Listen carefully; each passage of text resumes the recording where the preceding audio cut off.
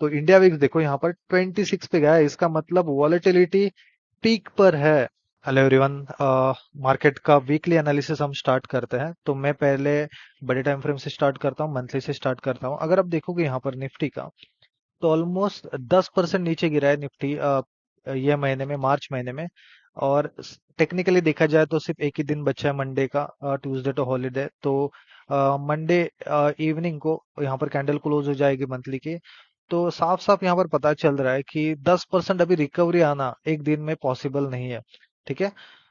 लेकिन अगर कुछ हाँ बड़ा न्यूज आता है तो थोड़ा सा रिकवरी आ जाएगी, लेकिन इतना बड़ा रिकवरी आना पॉसिबल नहीं है।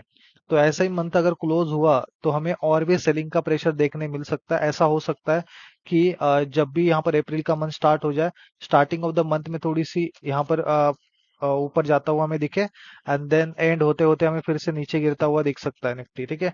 नीचे अगर आप देखोगे, बात करोगे निफ्टी के लेवल्स, तो नीचे बहुत दूर है। अगर हम बात करेंगे डिमांड सप्लाई या सपोर्ट रेजिस्टेंस लेवल की, तो यहाँ पर मुझे कुछ लेवल्स दिख रहे हैं यहाँ तक। तो फॉल बहुत अच्छा आ सकता है, लेकिन इतने थोड़ा सा कंसोलिडेट करना चाहिए हमें, यहाँ पर समझ में आएगा, क्योंकि ये भी क्रूशियल लेवल है जहां पर है। अभी हम थोड़ा लोअर टाइम फ्रेम पर जाते हैं। अगर आप देखोगे वीकली का, तो हम एग्जैक्ट सपोर्ट पे खड़े हैं। अभी एग्जैक्ट सपोर्ट पे खड़े हैं। तो ऐसा हो सकता है कि थोड़ा पुल आए यहाँ से, निफ्टी में थोड़ा सा पुल आए, एंड देन गिर सकता है। ठीक है, ये पॉसिबिलिटी है।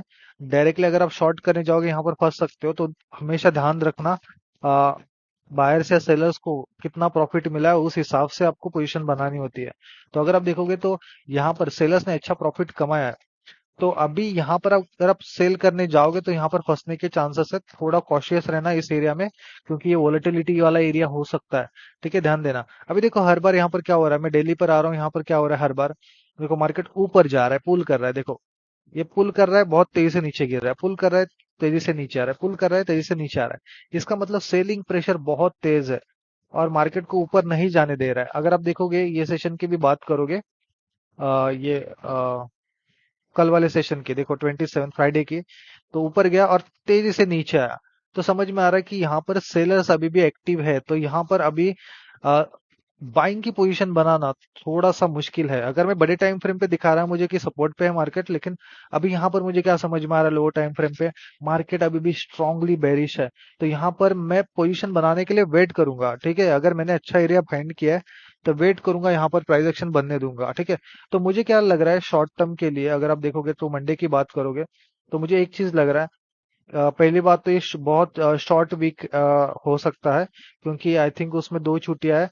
आई थिंक 31 एंड 3 अप्रैल, 2 दिन छुट्टी है। तो ये 3 दिन का सिर्फ वीक रहेगा। तो छोटा वीक है। तो शायद हमें मंडे से ही देखने मिल सकती है चीजें। अभी देखो मैं अभी भी क्या करूंगा, ये सेल सेल ऑफ चल रहा है ना, उसके साथ जाना पसंद करूंगा। हाँ, थोड़ा हाई टाइम फ्रेम कुछ अलग पिक्चर बता रहा है, लेकिन हमारे पास स्टॉप लॉस रहता है, तो इतना डरने की बात नहीं है। तो अभी भी मुझे ये कंडीशन के हिसाब से लग रहा है कि इस किसी एरिया में, ये राउंड नंबर दिख रहा है आपको, 23,000 या 23,050, ये जो लेवल्स है ना, ये बहुत क्रूशियल लेवल्स है, 23,000 और 23,050। अगर थोड़ा सा यहाँ पर आता है तो फिर से हमें फॉल देखने मिल सकता है। यहाँ पर अगर ये थोड़ा सा पुल भी किया तो यहाँ से फिर से फॉल देखने मिल सकता है अप टिल दिस पॉइंट। तो यहाँ पर एक फॉल देखने मिल सकता है। लेकिन अगर कुछ ऐसी चीज हो गई कि मार्केट गैप डाउन ही हो गया यहाँ पर, तो मैं सेलिंग के लिए ज्यादा नहीं देखूंगा, क्योंकि मैं फंस सकता हूँ सेलिंग में। Chances are very high. मैं यहाँ पर भी प्राइस एक्शन चेक करूंगा यहाँ आने के बाद, क्योंकि देखो जो भी सेल करके लेके गए हैं आज, मतलब कल के दिन में सेल करके लेके गए हैं, वो यहाँ पर जाके प्रॉफिट बुकिंग करेंगे, तो प्राइस यहाँ से तेज ऊपर आ सकता है। इसीलिए ध्यान देना, यहाँ पर कहीं पर भी सेल या बाय करने की कोशिश मत करना, यहाँ पर फंस सकते हो। क्योंकि हम एक वॉलेटाइल पीरियड में हम एंटर कर चुके हैं। याद रखना, अभी तक आपको ये दिख नहीं रहा है, वो आने वाले दिनों में आपको दिखेगा। लेकिन ध्यान रखना, प्राइस एक्शन पे मैं चीजें बता रहा हूँ उस पे। अभी जो भी लोग यहाँ पर सेल करके गए हैं फ्राइडे के दिन में, तो यहाँ पर अगर गैप डाउन हुआ बड़ा, मतलब अभी सिचुएशन क्या बन सकती है, तीन सिचुएशन बन सकती है। या तो बड़ा गैप डाउन यहाँ पर, तो यहाँ पर हम सेल के लिए नहीं जाएंगे। गैप अप होता है तो यस, थोड़ा सा सेलिंग के लिए अपॉर्चुनिटी हम देखने मिल सकता है। यहाँ पर इस एरिया में कोई गैप अप होता है तो सेलिंग की अपॉर्चुनिटी हमें देखने मिल सकती है। थोड़ा यहाँ पर कॉस्ट पे ओपन होता है, कॉस्ट पे ओपन होता है इस एरिया के अराउंड। तो मैं वेट करूंगा थोड़ा ऊपर है, ताकि मुझे सेलिंग की अपॉर्चुनिटी मिल जाए। एंड एक सिचुएशन हो सकती है कि बड़ा गैप अप हो, तब क्या गैप अप होगा तो मैं कुछ भी नहीं करूंगा, मैं छोड़ दूंगा, क्योंकि गैप अप होने के बाद मार्केट फिर कंसोलिडेशन में चला जाएगा, वहां पर कोई भी अपॉर्चुनिटी नहीं मिलेगी। तो ये चीजें ध्यान देना। ठीक है। अभी हम बात करते हैं कि सेक्टर्स में क्या हुआ है। निफ्टी में अगर आप हाईली वेटेज देखोगे तो किसका है, फाइनेंशियल सर्विसेज, मतलब मोस्टली बैंकिंग या जो क्रेडिट देते हैं, लोन देते हैं कंपनीज, उनका वेटेज ज्यादा है। तो हम ब्रॉड बेस देखते हैं कि ब्रॉड बेस इंडेक्स में प्रॉब्लम है या जस्ट नॉर्मल किसी सेक्टर्स में प्रॉब्लम है। अगर इन सेक्टर्स में या बैंकिंग या फाइनेंस सेक्टर में अगर प्रॉब्लम है तो ओवरऑल हमें मार्केट के ऊपर इफेक्ट देखने मिल सकता है, क्योंकि वेटेज बहुत ज्यादा है इस सेक्टर का। ठीक है। तो मैं यहाँ पर सेक्टोरियल एनालिसिस भी एक बार करके दिखाता हूँ।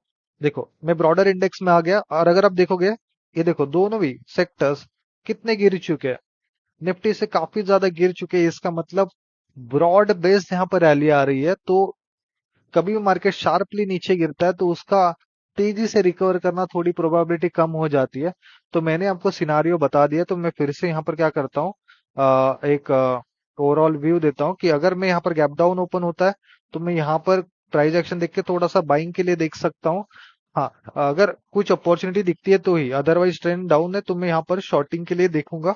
लेकिन अगर, क्योंकि यहाँ पर थोड़ा सा प्रॉफिट बुकिंग आ सकता है तो यहाँ पर मैं बाइंग की अपॉर्चुनिटी देख सकता हूँ।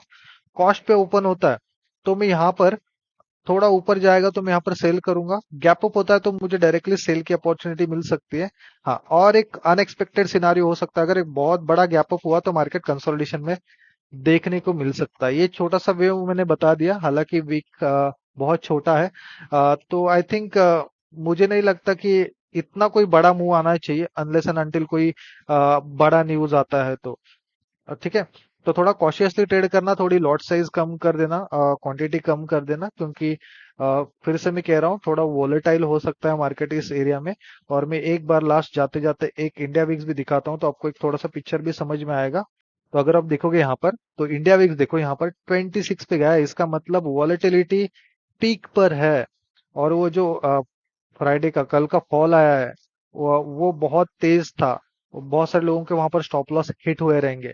तो आप कभी भी गिरते हुए मार्केट में बाइंग की कोशिश मत करना, क्योंकि क्या हो रहा है, आपको यहाँ पर छोटे से बाइंग मूव दिखेंगे, लेकिन ये डाउन ट्रेंड का जस्ट एक पुल बैक है। आपको लगेगा चलो यहाँ पर बाई करते, ग्रीन कैंडल बन गई, क्योंकि आते हैं ना न्यूज, यहाँ पर आपको न्यूज यहाँ पर फ्लो होते हुए दिखेंगे कि बाई करो। पिछले वीक के ऊपर गया स्टॉक, पिछले डे हाई के ऊपर गया, तो गलती मत करना ऐसे, क्योंकि बहुत स्ट्रांगली डाउन ट्रेंड में है। इंडिया विक्स भी आपको ये सजेस्ट कर रहा है, आपको अपॉर्चुनिटी मिलेगी, क्योंकि इतना तेजी से फॉल होता है जब भी मार्केट, तब आपको अपॉर्चुनिटी मिलती है। बहुत आराम से आपको बाइंग करनी चाहिए। जो जो अच्छे अच्छे स्टॉक्स है उनको वॉच लिस्ट में बना के रखो, आपको अपॉर्चुनिटी जरूर मिलेगी। कोई और भी प्राइस एक्शन मुझे दिखता है तो मैं जरूर अपडेट करता रहूंगा। ऐसे आपको एनालिसिस डेली बेसिस पर या वीकली बेसिस पर चाहिए तो मुझे कमेंट बॉक्स में या इस वीडियो के नीचे जरूर कमेंट कर देना।